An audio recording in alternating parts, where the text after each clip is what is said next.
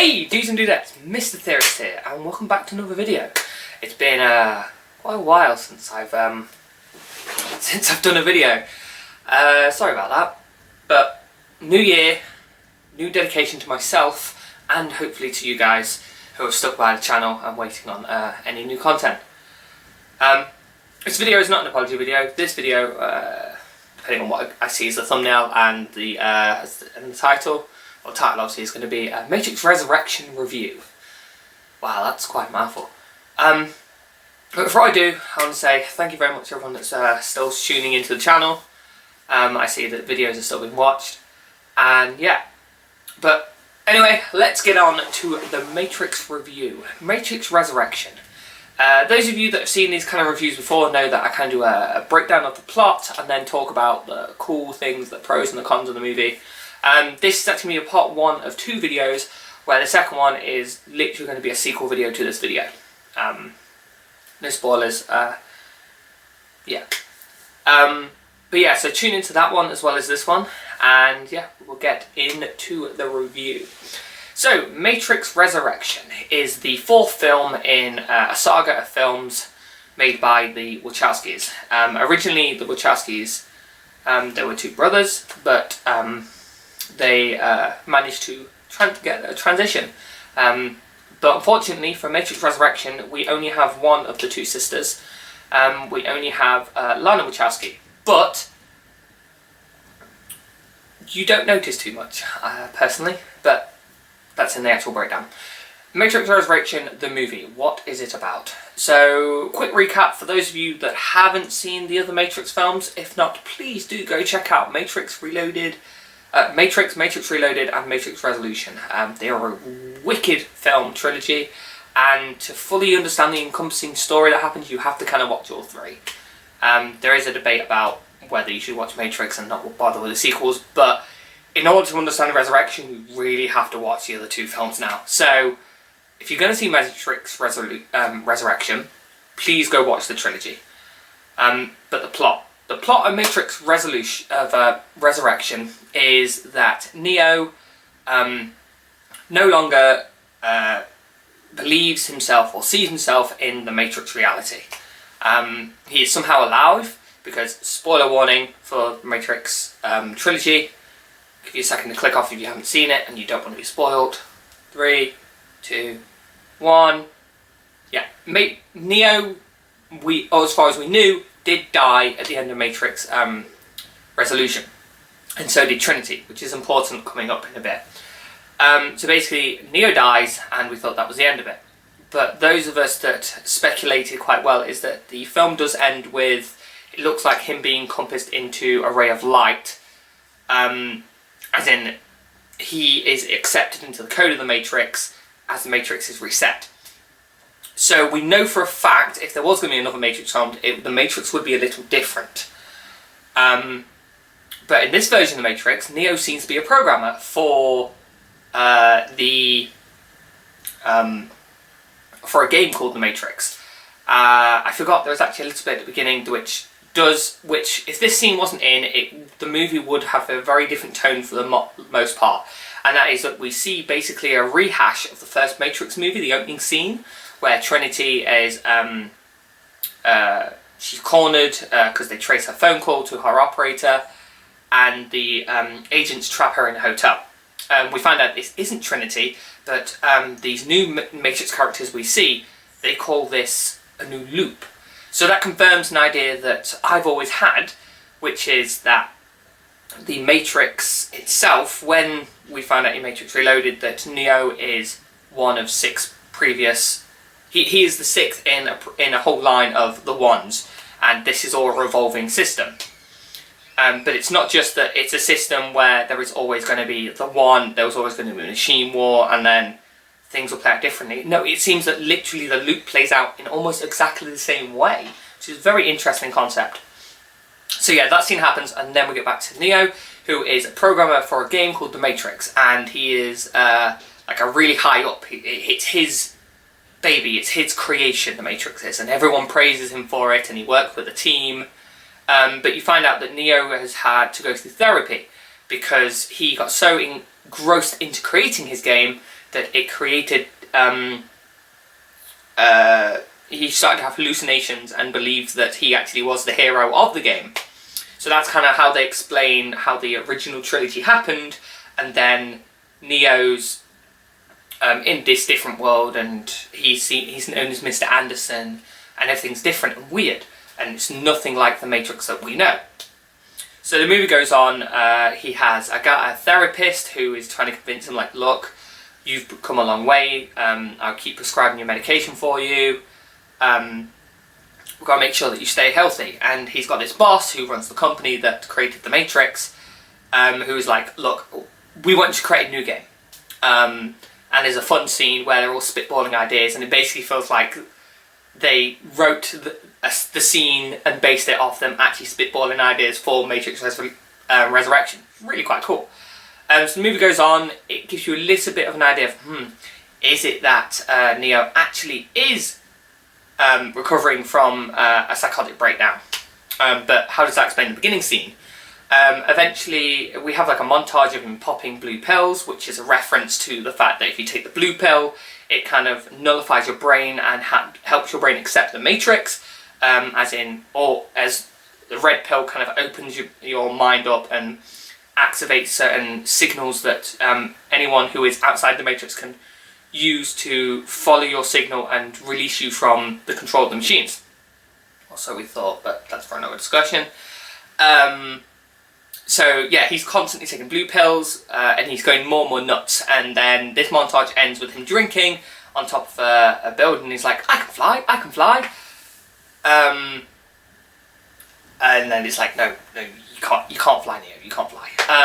We also know that at some point, Neo was doing the same thing. He was on top of a building ready to jump off, and that was just before his psychotic breakdown.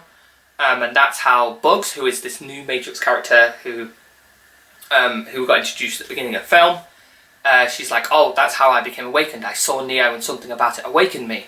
And that's how she gets a connection with Agent Morpheus, is what I'll call him. He is.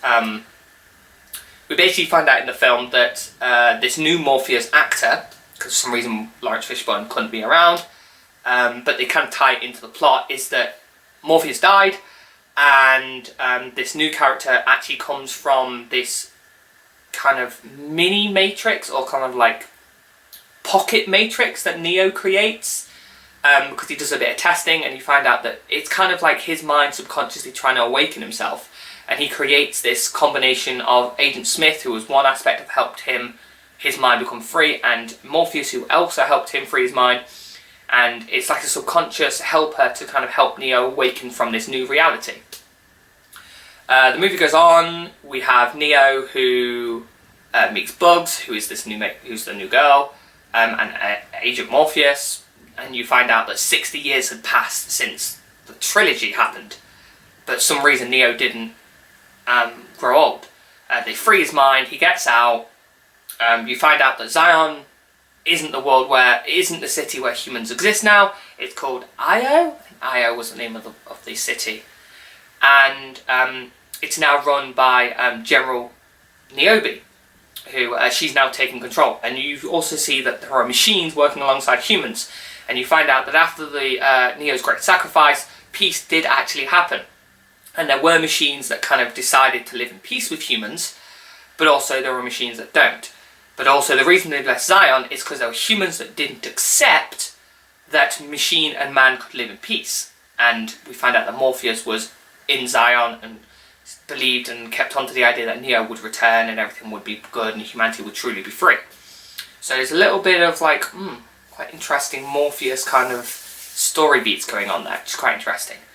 The movie plays out as Neo is freed from the machine world in this new tower. Him and you find out Trinity is also alive, because Trinity's in this new Matrix reality.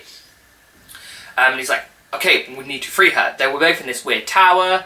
There's a big plot line about Santi, I think that's how you pronounce her name. She's the one girl who, she was born from two programs. There's a big thing, there's theories about her being the true one, like outside of the constructed prophecy that machines make. Go watch my Matrix video to kind of get an idea where that theory comes from. It's a really good one, actually. And she helps the humans to free Trinity. As Neo goes to complete his mission, he comes face to face with his boss of the company. It turns out he is the new version. He is actually Smith, who wasn't destroyed when the Great Purge happened, which is a reference to the fact that this is a new version of the Matrix, and that basically it's still on Neo's side, kind of. He still accepts that Neo freed him, but the only way he can truly be free, because there's this weird connection between them, like in order for Neo to live, Smith has to live, and that's because of what happened at the end of the first Matrix film. I'll get to the fact that there's so many points that you kind of have to understand from the previous Matrix trilogy in a minute after I've done the plot. And yeah, so he's trying to kill Neo so that he can become free. Neo's trying to free Trinity. He eventually gets to Trinity, whereas this weird bullet time thing happens where kind of time slows down. And you find out that actually Neo's therapist is actually the new architect, but he's called the analyst in this version of the Matrix. And he basically gives us the reason why this version of the Matrix exists, is that he found the remains of Trinity and Neo, and found out that when he was messing around with them, that there's this weird connection they have, and they give off this immense energy, more energy than basically most of mankind give off. So he can use these two as this sole power source to run the Matrix on. That way the peace between mankind and machines continues, but he can have his version of the Matrix and his control, and he can run the machine world. So it's quite interesting that there's this hierarchy in the machine society, and it's not just a hive mind. It's really interesting, and leads credence into the idea that the machines are just as free and self-aware and just want a life just as the humans do, and they're stuck in this perpetual loop of the war with mankind because, well, it's just in their programming almost, you would think. It's really weird. There's a lot of discussions to be had on this film. So Neo's like, okay, what the hell? And the analyst says, like, if I let you two make contact, it creates explosive results. I trapped you both in the Matrix, made sure that you were close enough but not too close that you can give off the energy without creating explosive energy, and manipulated both your minds. I had to repair you both, but that was basically my way to the top, and now I run everything. And you go, okay. So he's like, you are not getting anywhere near Trinity, she's staying here. And that's the end of it. Like, the only way you're going to get Trinity is if you come back to the Matrix and accept the Matrix reality as a true reality, and then you can have peace, and you two can live happily ever after. Neo obviously is like, maybe, because the world is better. Like, I just really want to be with Trinity. Trinity has a dream. She's called, what was her? She had a different name in the Matrix world. I can't remember. It's Tina. It began with T as well, but it was like a very mom kind of name. You find out Trinity is also having dreams, which means there is a level of awakening in her. We go on. Neo creates a plan. The Santi, who you find out is a program, but she has a physical form in the real world. She helps all the humans get to this tower where Neo and Trinity were held, so they can get Trinity out. Neo fakes returning back to the architect and being like, hey, look, I'll come back to you. It was all part of a diversion while they free Trinity's actual body. They've managed that. Trinity then awakens in this cafe that's called Simulate. Wicked name. They definitely need to have that as an actual cafe. That is so cool. And yeah, so they're both freed. Agent Smith turns up, kind of beats the hell out of these analysts. He's like, I don't like the fact that what you've done to me. It's now time for me to take control. And you find out that in this new version of the Matrix, there's like a reset button. Like if the analyst loses control, he strokes his cat and his cat bell rings, and I kind of like reset the Matrix. And it's a cell, and the cat's called Deja Vu. So the cat program that always leaks out whenever the machines change the Matrix in the original program, the analyst now kind of holds that as like a reset button. It's quite interesting. But obviously, movie ends with Neo and Trinity. They're both free. They're both fate. Like, you find out Trinity becomes almost like the One as well. She can fly. She can manipulate the Matrix, and it's all about, like, in order for the One, the true One, to kind of be a thing, is that Neo and Trinity both have to embrace that they are both part of a whole. It's really nice, really thematic for the story beats. So in this version, Trinity is actually more the powerful one than Neo is. I don't know if that's kind of a comment on women empowerment or not. I'm not quite sure. There's a lot of discussions to be had in this film. But this is kind of like my breakdown of the movie. So the analyst is basically depowered because now Neo and Trinity basically hold the power in them, and they can manipulate the Matrix as they see fit. And there's a cool little Easter egg at the end where the analyst is like, oh, what are you going to do? You're going to free all the minds, and you're going to make the sky a rainbow. And like, that's not a bad idea. And that's a hint to when Santi was kind of like the big power at the end of the Matrix trilogy. She did make the sky a rainbow, and she told the Oracle that it was for Neo. So it's kind of like a nice, okay. So yeah, the movie ends with them going like, yeah, we're going to do it. Sorry about that, my camera just suddenly died. Where were we? So we're breaking down the finale of Matrix Resurrection. Yes, so the Neo and Trinity, they basically say, like, yeah, that's it. We're going to free as many minds, we're going to do whatever the hell we like, you can't control us anymore. And that's how the movie ends. It's interesting, it's almost like a we're sick and tired of this and telling us what to do kind of thing, which is also what the original trilogy had as one of the thematical beats of the movie. So it's nice that the Matrix hasn't lost one of its core elements, which is being unique and different and not allowing the system to totally control you, is still there, which is quite interesting. But that is the plot of Matrix Resurrection, and now I'm going to kind of give you my ideas on it. So, Matrix Resurrection. I think that if you're going to enjoy this movie, you have to... You can probably break it down into ways. You can either analyse it as kind of the messaging the movie is trying to give across, which, when you just go to the cinema to watch a film, like, who really does that? Who goes to see a film in cinema and then goes, oh, let's talk about all the thematical beats and all the interesting elements, and you do, but you kind of want your brain to be like, ooh, this is quite interesting. And I feel that if you're going to really enjoy Matrix Resurrection, you have to, at least to some degree, have enjoyed the trilogy, or at least have a very good understanding on what the trilogy was setting up, what the trilogy was talking about, all the things that it was hinting at. The whole idea that the machines aren't really the villains, that really they have their own programming. Like, to me, it's always been that the reason the machines use as batteries is it goes back to, if you've seen the Animatrix shorts that the Wachowskis hired a bunch of independent creators to do, and that was, you find out that the war happened between man and machine, but machines were originally built to kind of help mankind. So it's almost like maybe, because these machines do originate from those AI that mankind made. So if that's the case, is there a certain level of programming where they feel obligated and there's meant to be a symbiotic relationship? Like, obviously they want to stop humanity from having another war with them, or at least allowing humanity to destroy the world like they did. Like, we find out the humans blackened out the sky.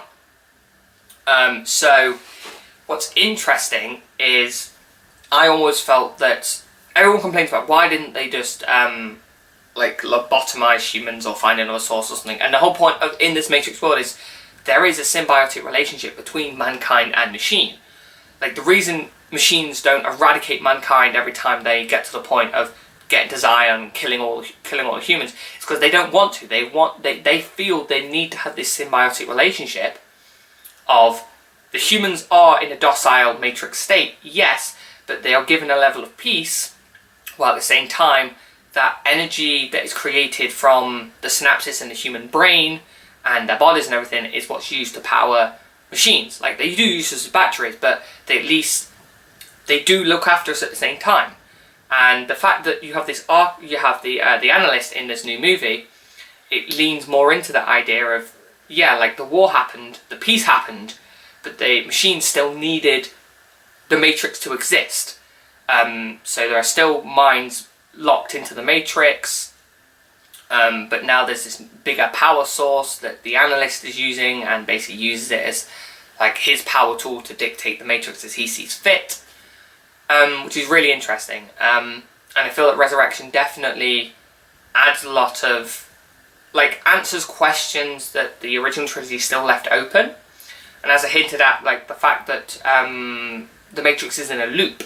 Like, this is something I always thought about, and some people on different subreddits and theory groups talk about, is the fact that the Merovingian, who does actually turn up in this, and the remnants, as in the werewolf and the vampire-esque monsters, also turn up, but obviously they're still in the humans. They're humans, but they have those kind of powers, which in the Matrix Path and Neo game, they kind of hint a bit more at the fact that they are these werewolves and vampires, and because obviously in Matrix Reloaded she shoots them with the silver bullet, and you're like, okay, but there's a lot more hints in the game about what they really are. But they somehow survive the purge, and Smith sets them on the new Matrix group, Bugs, Neo, and the rest of, I can't remember the rest of their names, Aiden, Morpheus and all that.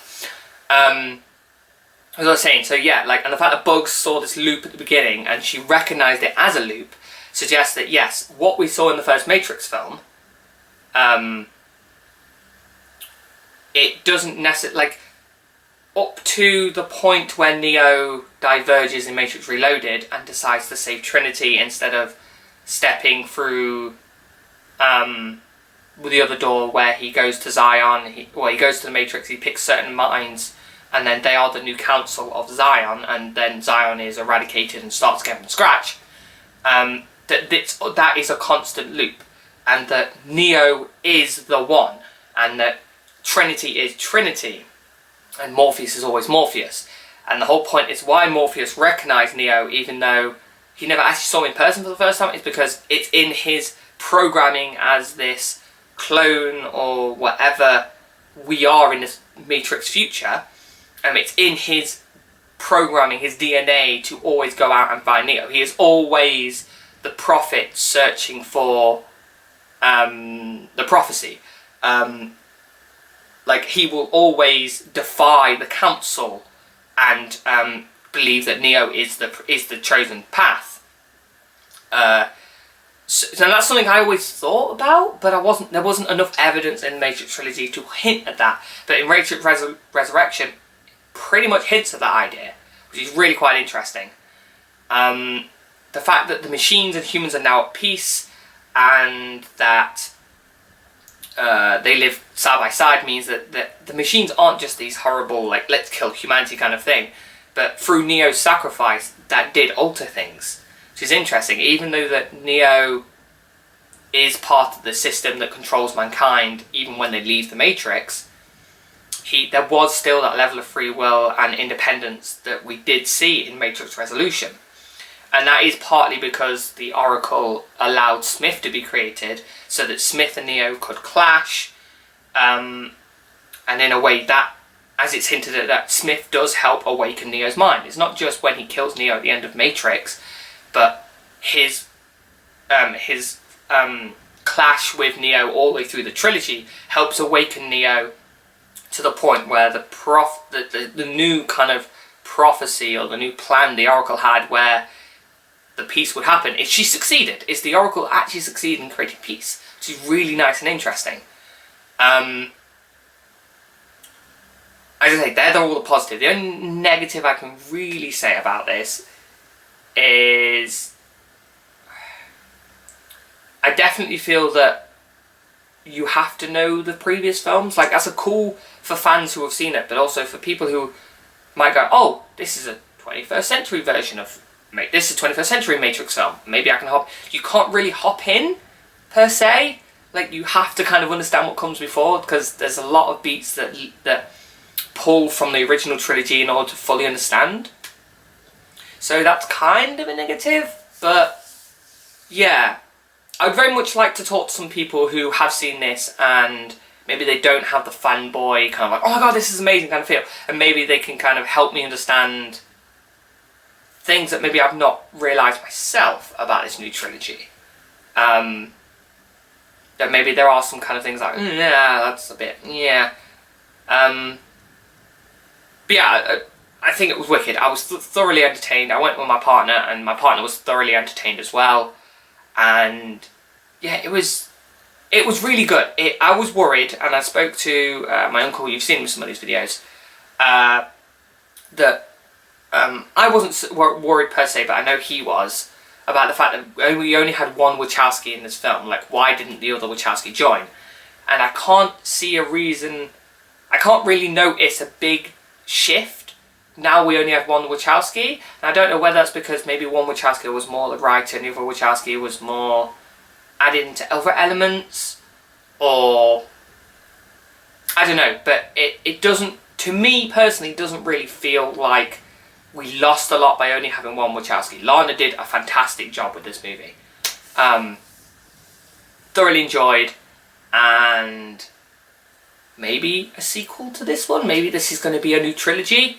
But I will discuss that in my next video, which will be a discussion of should there be another Matrix sequel, and if so, how would that look? Personally, it's a headcanon thing and all that. Like I say, a lot of the theories that I kind of have, this leads into them, so maybe that's why I enjoy this movie a bit more, is because a lot of the theories I had and a lot of ideas about the Matrix trilogy turned out to be true as far as this film is concerned. Now, if Lana is planning on making this a new trilogy, she could do what they did in the previous trilogy, which is they set up a premise, you understand the rules, and then by the second film, most of those rules are flipped on their head. Like, you don't fully grasp how this world works. There's a lot more, and there's a lot more complication, a lot more grey area to what there is. But that's a discussion for another video, guys. But I hope you have enjoyed my Matrix review. If you have, please like the video.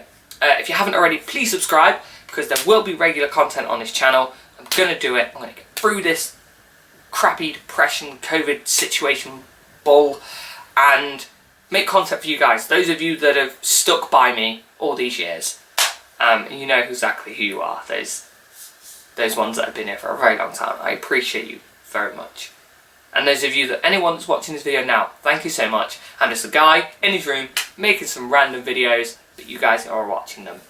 And I appreciate that very much. Gives me a nice warm fuzzy feeling. But anyway, guys, I hope you've enjoyed this video, and I will catch you all in the next one. Bye!